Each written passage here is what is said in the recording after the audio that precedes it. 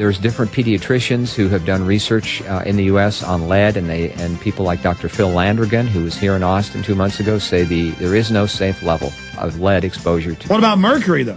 And mercury is also highly toxic, so... I mean, that's vitamin M. We'll be right back in 60 seconds. All right, in the next segment, we've got Ray Nadler-Olnick coming in. She heads up fluoridefreeaustin.com, fighting the city council that gets the lobbying money from these chemical companies to take the byproducts of the petrochemical industry and the fertilizer industry and the aluminum purification industry and dumps it right in our water supply. And we're talking to a PhD doctor of chemistry and biology, Dr. Neil Carman. Doc, is there a particular way for people to read your research or a website people can find out more about you, or is the best place just fluoridefreeaustin.com? Well, Dr. Paul Conant in New York has a great website, fluoridealert.org, and he has a list of over 2,535 professionals, PhDs, medical doctors, dentists, nurses, and other neurologists who have signed on to this professional statement calling for an end to fluoridation in the United States. Because in Europe, there is virtually no fluoridation. They determined over there, based on medical toxicology and health studies, that this is not good to be doing to the public. And it weakens teeth. I mean, my dad's a dentist and didn't believe me, and over the years I gave him documents, and he now agrees I'm right. Yes, yes. So actually, the U.S. is the primary country in the world where fluoridation is commonly practiced. Well, look, I was never a hypochondriac. I got sick like twice a year. I could have a broken collarbone and not want to go to the doctor. So I wasn't imagining it. I would brush my teeth real good because my daddy was a dentist. And I always remember laying down on the couch and having a headache to where I almost got to where I didn't like to brush my teeth until I was finally about 16, 17, and I figured I could go to the store and buy Tom's of Maine without it. I figured out, before I ever heard of this, that fluoride was giving me headaches. Well, and actually, every toothpaste container that has fluoride in it in the U.S. is required to have a toxic warning label that if a child ingests too much of this, they are supposed to call the Poison Control Center. Now, 25 years ago, there was actually a skull and crossbones warning label on every toothpaste and box of toothpaste because of the fluoride that they've added.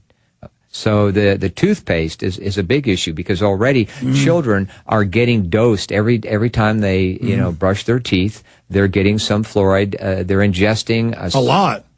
They say if you get a pea-size amount, most kids swallow that much, called poison control immediately. The kids don't. They eat the toothpaste, go collapse on the couch, and I've seen the studies about IQ reduction. I mean, it's a fact. Then they make jokes about it, kind of like now I say mercury's bad for you, and they go, no, I saw the news, it's good. You're a conspiracy theorist. You're a chemist. You're somebody who studied biology. You're a scientist. Is mercury good for the brain? I don't think so. I haven't seen evidence that I subscribe to that mercury has any health benefits to the body. Well, under an electron microscope from the University of Calgary, we've shown. In fact, I want to show people that. Google electron microscope video mercury brain tissue, and this is monkey brain tissue, and it's the only heavy metal they found that causes an electrochemical almost explosion chain reaction. Normal plaques, it just builds up as a plaque and only kills what it touches. But this causes an electrochemical short circuit. Right, I've seen that. It's it looks very well done because it shows the neuron shrinking away from the mercury. But maybe you haven't had enough mercury, Doc. Maybe that's why you think it's bad. Maybe if you'd eat more, you could join the rest of the normal people that can hardly talk now. Have you seen how a lot of adults can hardly talk now? Maybe you need more mercury and fluoride, Doc. Well, we've known actually, if you study biochemistry, like I took, a long time ago, one of the classic ways to basically kill protein function is with heavy metals like lead and mercury.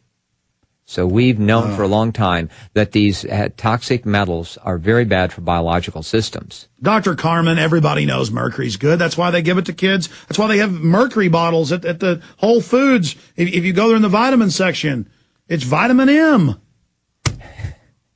Well, I disagree. I think mercury is extremely harmful. We've seen studies where a single gram of mercury, which is about the size of a grain of rice, will contaminate a 20-acre lake so that the fish are too toxic with methylmercury concentrations to eat. But wait, the government says it's good. Why don't you just trust them and be a patriot? I mean, You know, I think I should just drink mercury on air and prove to everybody this is nutritious and good. You know what? This is extreme. We're going to come back more and talk about these people that don't think we should be drinking sodium fluoride. He's Alex Jones on the GCN Radio Network. And now, live from Austin, Texas, Alex Jones. Ray Nadler-Olnick, who heads up fluoridefreeaustin.com, is now joining us in studio with Dr. Neil Carman, who I have been bringing up a lot of points with, but I want to give him a few minutes before we go to her and then get her take on this as she's fighting it in Austin and around the country. And certainly people should contact her there if you want to get involved with Fluoride Free Austin, because I would like to have to, we have great aquifer water here, and I'd like to not have to be drinking, water that I have shipped in from Arkansas or water that I drink out of my Big Berkey, because even with that, even with the Big Berkey, it only cuts out 95% or so. That's why we now use the Ecola Blue. And speak of the devil, I had them set up for a 5-minute interview weeks ago, not knowing it coincided right for when they were on. So it's not being done on purpose where I'm here exposing fluoride and then talking about the one way to make sure you're not drinking it, atmospheric water generators. So that's coming up in a moment. But, sir, you were talking about Google Earth during the break and zooming in on these mines where the byproduct are all these different things, not just the fluoride type chemicals that are being put in our water supply, and other points that need to be made. Yes, there's a county in Florida where a group of these plants that Mosaic and several other companies operate. It's Polk County, near the cities, small cities called, one is Bartow and also Mulberry. And right around those cities, you see these large strip mining operations for the phosphate rock, and that's where the phosphate fertilizer manufacturing plants are located. And then you can also see large waste piles of the phosphogypsum that's too contaminated with the radionuclides, uranium and thorium they don't know what to do with it. The state of Florida, the EPA, these companies, it's too toxic to sell anywhere.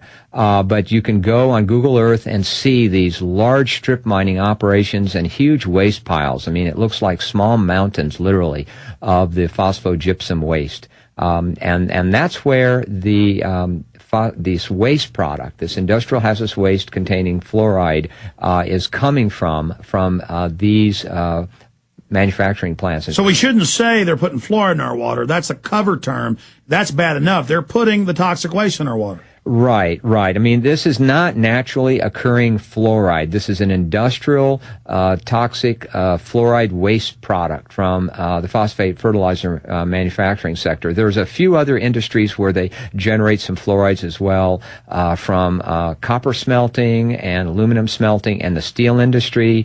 So there can be other sources of this fluoride as well.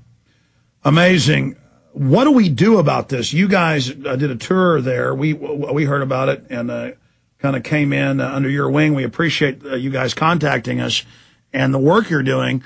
If we just get more Austinites or more people listening in upstate New York or Chicago or California right now, we have listeners all over the country. We have over 80 affiliates, XM Radio listening right now.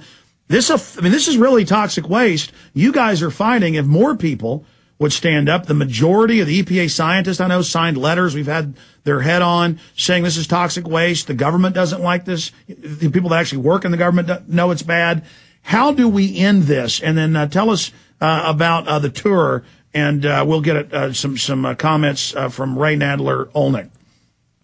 Ray? Ray has been speaking to the city council, so she should talk about that. Yeah, tell us about solutions. Yes, actually, my idea came from you. Oh, really? Well, for spurring people to take it. I didn't know that. It partly came from Joyce Raleigh, and it partly came earlier from circumstances, which we can go back to if you want. But basically, the idea of fluoride had entered my mind. I had heard you talking about it more and more on the radio, and I listened to you every day. Oh, I didn't know that. Well, faithfully.